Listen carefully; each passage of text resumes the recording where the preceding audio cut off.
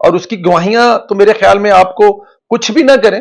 میں تو کہہ رہا ہوں کہ ترلا منت کر کے جنرل کہہ رہا ہوں جسٹس شوکت عزیز صدیقی صاحب کو اس میں ڈال لیں اور لے آئیں ان کو پارٹی میں اپنی, اور لڑائیں ان کو الیکشن تگڑا کر کے راولپنڈی سے, اور وہ بتائیں گے کہ اصل گیم کیا تھی. اس قسم کے لوگ جب آپ کے ساتھ مل جائیں گے تو دیکھیے گا آنے والے وقتوں میں چیزیں کیسے لوگوں کی سمجھ میں آئیں گی. یہ تبدیلی پروجیکٹ ساکن نثار جنرل باجوہ, جنرل فیض, آصف سعید کھوسہ کی مکمل حمایت کے بغیر کامیاب نہیں ہو سکتا.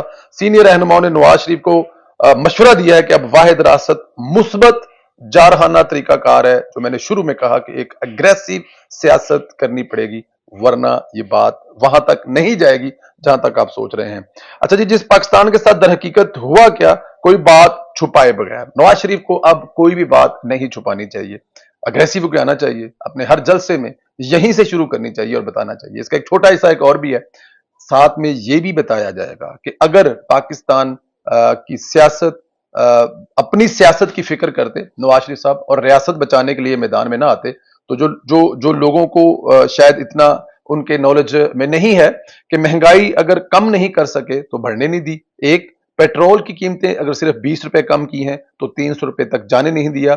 ڈالر جو کہ 300, 350, 400 تک جا رہا تھا اس کو 250 پہ روکا ہوا ہے. یہ وہ چیزیں ہیں جو بتانی پڑیں گی. عمران خان صاحب نے اقتدار چھوڑنے کے ٹھیک 15 دن کے بعد کہنا شروع کر دیا تھا کہ پاکستان سری لنکا بننا جا رہا ہے. لوگوں کو بتانا پڑے گا کہ اگر ہم نے حکومت لی ہے, اگر اس وقت ملک میں حالات برے ہیں, لوگ مہنگائی کے سے چیخے مار رہے ہیں, تو اس کے ذمہ دار عمران خان صاحب ہیں. اور اگر یہ سٹیپ نہ لیتی پی ڈی ایم کی حکومت تو عمران خان اس ملک کو اتنا تباہ کر چکا تھا کہ آج لوگ ایک ایک روٹی کے لیے لڑ رہے ہوتے ہیں. تو یہ بھی لوگوں کو بتانا پڑے گا, یہ بھی بیانیے کا ایک حصہ ہوگا.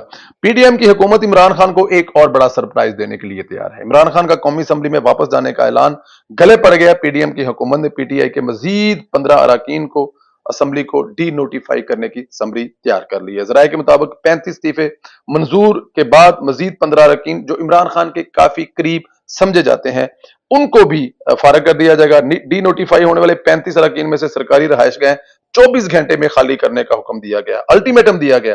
اور جن اراکین نے رہائشیں نہ چھوڑی تو قبضہ چھڑوانے کے لیے آپریشن بھی ہو سکتا ہے. تحریک انصاف کے تمام ایم این ایز کے زیر استعمال فیڈرل لاجز ہیں.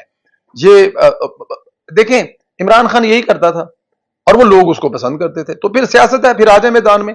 ایک تو جب یہ ایم این اے نہیں رہے تو ان کے پاس وہ رہائشیں کس چکر میں پڑی ہوئی ہیں, لاجز سے نکالیں ان کو.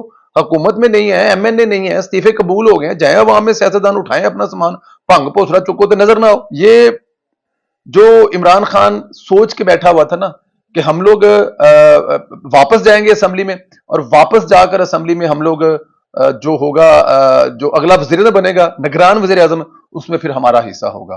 ظاہر ہے ہم اپوزیشن لیڈر ہوں گے تو ہماری جو اس میں مرضی شامل ہوگی کہ ہم کس کو لے کے آنا چاہتے ہیں. تو اس وقت عمران خان کو اسمبلی سے نکال کر باہر پھینکا ہے, اور شہباز شریف صاحب ظاہر ہے جن کے نام کے ساتھ لگتا ہے گیم چینجر, تو انہوں نے یہاں پر گیم چینج کر دیا. اور عمران خان صاحب جو ہے اب وہ صرف نظارہ کریں گے کہ آنے والا سیٹ اپ جو ظاہر ہے اس وقت کی حکومت ہے وہ بنا کے دے کے جائے گی, اور حکومت جو ہے الیکشن کمیشن کے ساتھ مل کر یا حکومت کے ساتھ اس وقت جو اویلیبل اپوزیشن ہوگی ان کے نام سے کر, اور وہ میرا خیال ہے کہ راجہ ریاض صاحب ہوں گے اپوزیشن کے لیڈر, تو ان کے ساتھ مل کر شہباز شریف صاحب جو ہیں وہ آنے والے جو وزیر اعظم ہیں نگران وزیر اعظم ان کا انتخاب کریں گے.